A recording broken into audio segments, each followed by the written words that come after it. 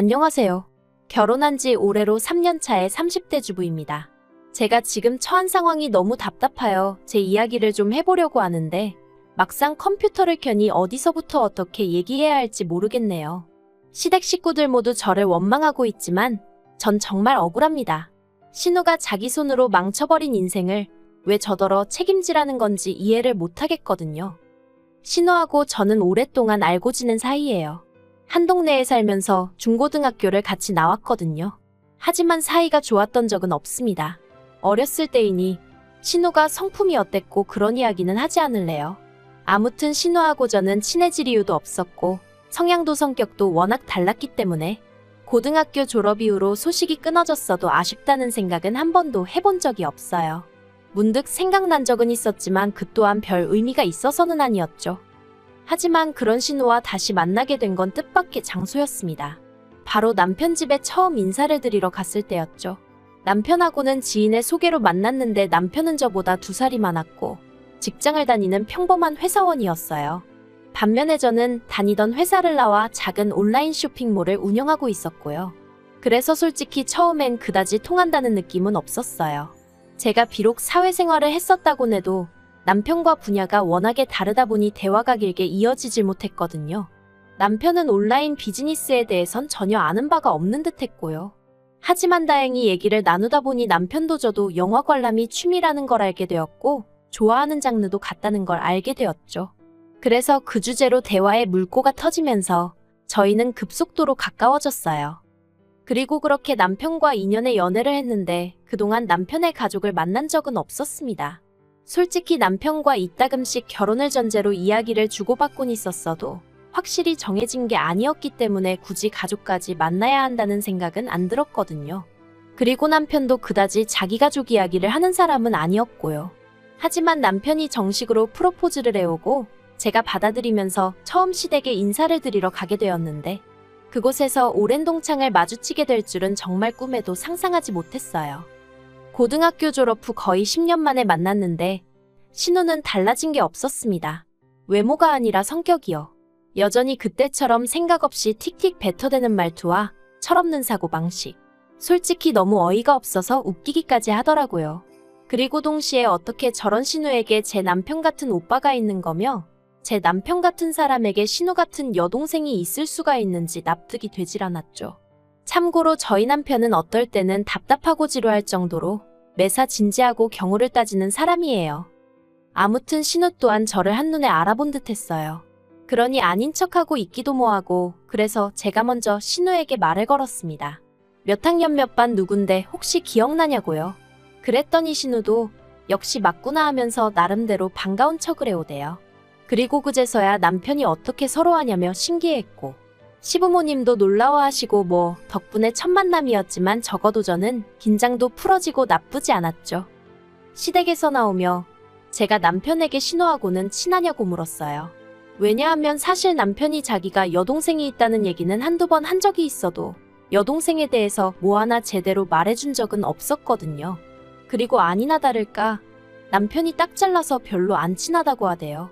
자기는 책임감 없이 사는 사람이 싫은데 자기 여동생이 딱 그렇다면서 그리고는 자기가 더 놀랐다며 저더러 자기 여동생이랑 친했었냐는 거예요. 솔직히 저도 모르게 그럴 리가 있냐고 큰 소리로 대꾸할 뻔했어요.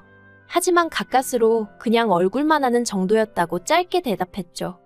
사실 전 신우를 좋아하지 않았어요. 왜 소위 나댄다고 하잖아요.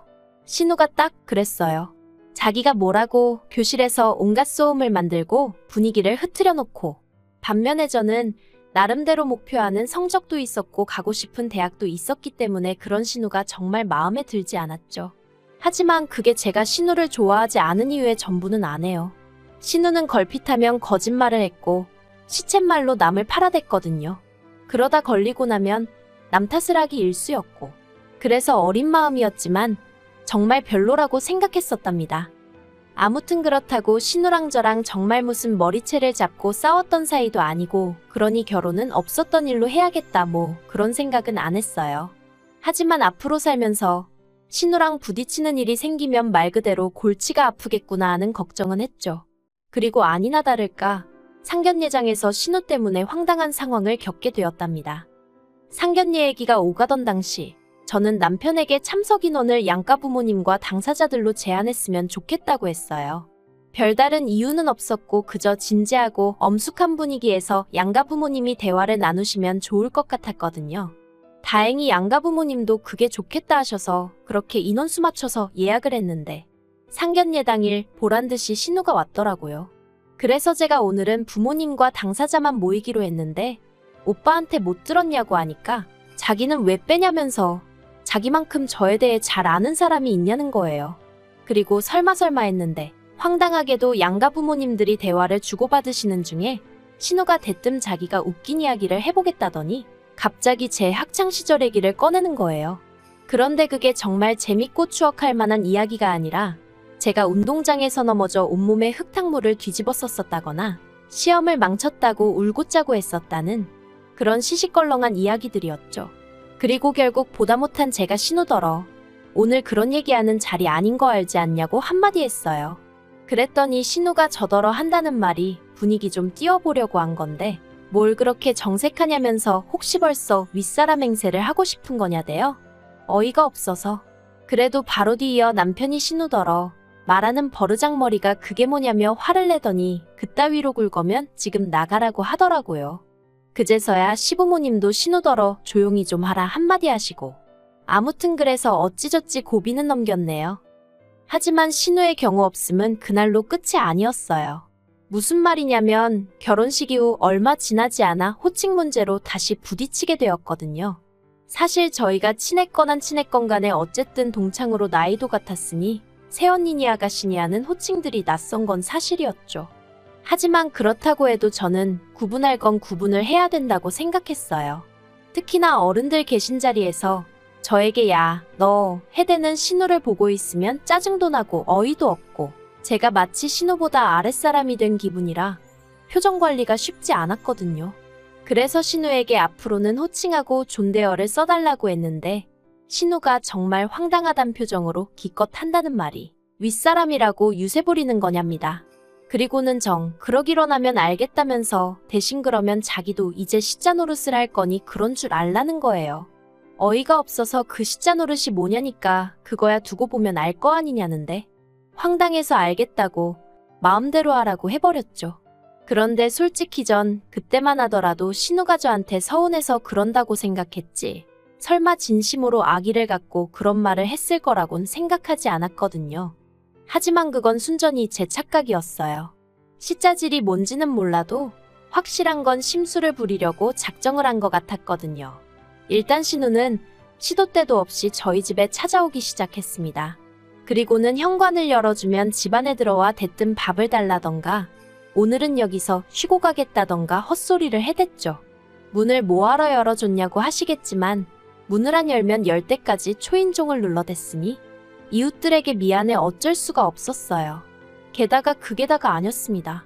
한 번은 남편과 금요일 저녁에 떠나 월요일 새벽에 한국에 도착하는 해외여행을 한 적이 있는데 그때 양가 부모님께는 일찍이 저희 스케줄을 공유해드렸거든요. 하지만 신우는 솔직히 신우한테까지 말을 해줘야 한다고는 생각을 못했죠. 저희는 신우 스케줄엔 관심도 없었으니까요. 그런데 저희가 여행을 갔던 때에도 신우가 연락도 없이 불쑥 저희 집에 왔었던 모양입니다. 한창 남편이랑 수영하고 쉬고 있는데 국제전화가 걸려와서 받으니 경찰이었어요. 그리고 경찰이 하는 말이 저희 신우가 저희 집 앞에서 문 열라며 소동을 피워서 이웃들한테 신고가 들어왔다는 거예요. 하지만 그래도 다행이었던 게 신우의 미친 짓은 신우가 연애를 시작하면서 급속도로 줄어들었습니다. 비록 서울에서 부산이라는 장거리 연애였지만 그래도 신우에게 남자친구가 생겼고 그렇게 신우의 온 관심이 남자친구에게 쏠리게 되면서 저희가 신우 눈밖에 날 수 있었죠. 그리고 한동안은 정말 평화로운 날들이었습니다. 남편은 회사에서 승진을 했고 저는 저대로 사업을 키워나가고 있었거든요. 신우도 신우대로 비록 장거리다 보니 한 달에 많아야 2번뿐이 못 보는 것 같았지만 그래도 연애를 해서 그런가 사람이 무척 행복해 보였죠. 그리고 설마 했는데 올봄 신우가 결혼 소식을 전해왔어요. 남자친구에게서 프로포즈를 받았다며 10월쯤에 식을 올리고 싶다면서요. 그리고 사실 다들 겉으로 표현은 못했어도 신우를 무척 걱정했었거든요. 나이는 들어가지. 그런데 모아둔 돈은 없지. 그렇다고 다니는 직장이 안정적인 것도 아니지. 아마 다들 말은 안 했어도 시쳇말로 누가 데려가나 했었을 거예요. 그런데 신우가 결혼하겠다고 한 남자는 그래도 꽤 괜찮은 중견기업을 다니고 있었고 듣자 하니 집이 돈도 좀 있다고 하더라고요. 그러니 다들 한숨 돌린 심정이었겠죠. 심지어 신우에게 좋은 감정이라곤 없던져도 안도했을 정도니까요. 그런데 왜 사람은 자기가 가진 것에 만족할 줄을 모르는 건지 모르겠습니다. 그날은 제가 사업상 미팅으로 시내에서 볼 일이 있었거든요.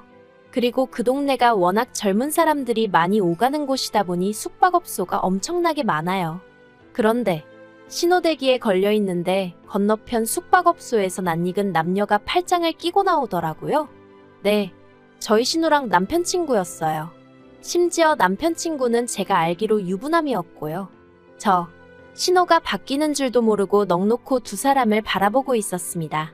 하지만 이내 뒷차의 경적 소리에 놀라 차를 출발시켰고 한동안 제 심장이 벌렁벌렁거리더라고요. 설마 하는 생각에 집에 돌아오자마자 차에 있던 블랙박스를 확인했는데 이건 뭐 두 번, 세 번 돌려볼수록 누가 봐도 신우와 남편 친구가 분명했어요. 이걸 어떻게 해야 하나? 남편하고 얘기를 해야 하나? 하지만 동시에 괜히 이런 일에 얽혀서 좋을 게 뭐가 있나 싶기도 하고. 그래서 며칠의 고민 끝에 저는 죽을 때까지 저만 알고 있는 비밀로 묻어두기로 결심했습니다. 한순간의 실수일 거라고. 신우도 이내 정신 차리겠지. 그렇게 믿고 싶었죠. 그리고 한 달쯤 지나 지난달이었어요. 저는 사업상의 이유로 출장을 나가게 되었고 당연히 남편에게 얘기도 했었죠. 남편뿐 아니라 시부모님께도 누구랑 어디로 며칠을 간다고 정확히 알려드렸고요. 이건 뭐 시부모님이 제 사생활에 관심을 갖고 그러시는 분들이라서가 아니라 그냥 제가 친정부모님한테 알려드리면서 같이 말씀드린 거예요. 아무튼 그래서 출장 이틀째였는데 모르는 번호로 전화가 걸려왔어요. 그리고 저는 사업상 저는 몰라도 제 번호를 아는 사람들은 종종 있었기에 아무 생각 없이 전화를 받았죠. 그런데 상대방이 잠깐 머뭇하더니 저희 신우 이름을 대면서 남자친구라고 하더라고요. 그래서 안녕하시냐고 어색하게 인사를 건넸더니 급한 일이 있어서 그런다며 저희 신우를 좀 바꿔달라는 거예요. 그래서 그게 무슨 소리냐고. 저는 지금 출장 중이라니까 신우랑 같이 간 거 아니냐입니다. 신우가 저랑 2박 3일 동안 여행을 간다고 했다나요? 그제서야 순간 아차 싶은 게 그 버릇 여전히 못 고쳤구나 싶대요. 하지만 이를 어쩌지 싶은 생각과 동시에 신우가 정확히 뭐라고 한지도 모르는데 제가 무슨 말을 할 수 있었겠어요? 그래서 그냥 전 무슨 얘긴지 모르겠으니 다시 신우에게 연락해보라고 하곤 전화를 끊었습니다. 그리고 그날 밤 집안이 온통 난리가 났어요. 정확히 말하면 1차적으로 제가 신우한테 별 욕을 다 먹었고요. 이내 이 이야기가 시부모님 귀에도 들어가서 다음날 또 온갖 욕을 먹었죠. 저더러 눈치가 있네 없네. 왜 그 전화를 받았냐부터 시작해서. 그런데 웃긴 건 아무도 신우의 부도덕함을 욕하진 않더라는 거예요. 오로지 저만 물고 늘어지는 게 정말이지 신우가 누굴 닮았나 했더니 시부모님, 특히나 어머님을 닮은 거였더군요. 그리고 결론부터 말하자면 신우는 남자친구에게 차였습니다. 이게 어떻게 된 건지는 저도 남편을 통해서 들을 수 있었는데 시부모님이 저희 남편더러 오빠가 돼서는 뭐라도 좀 해봐야 하는 거 아니냐고 하도 닥달을 하셔서 저희 남편이 부산까지 내려가 신우 남자친구를 만나고 왔거든요. 그런데 그쪽에서 먼저 말하기를 사실 올해 초부터 신우 낌새가 이상하긴 했답니다. 갑자기 밤새 연락이 안 되는 적도 있었고 그래서 설마 싶었는데 대뜸 올케 그러니까 저랑 여행을 간다고 하니 수상하더래요. 평소에 제 욕을 그렇게 해놓고 왜 저랑 여행을 가나 싶어서요. 그래서 신우한테 제 연락처를 달라고 하니 그건 또 죽어도 안 알려주려고 해서 신우가 잘 때 몰래 따로 찾아 적어뒀었다면서 아무튼 걸릴만 해서 걸린 거더라고요. 저 때문이 아니라. 그런데 어머님은 남편이 이런 이야기를 전했음에도 불구하고 계속해서 억지를 쓰셨습니다.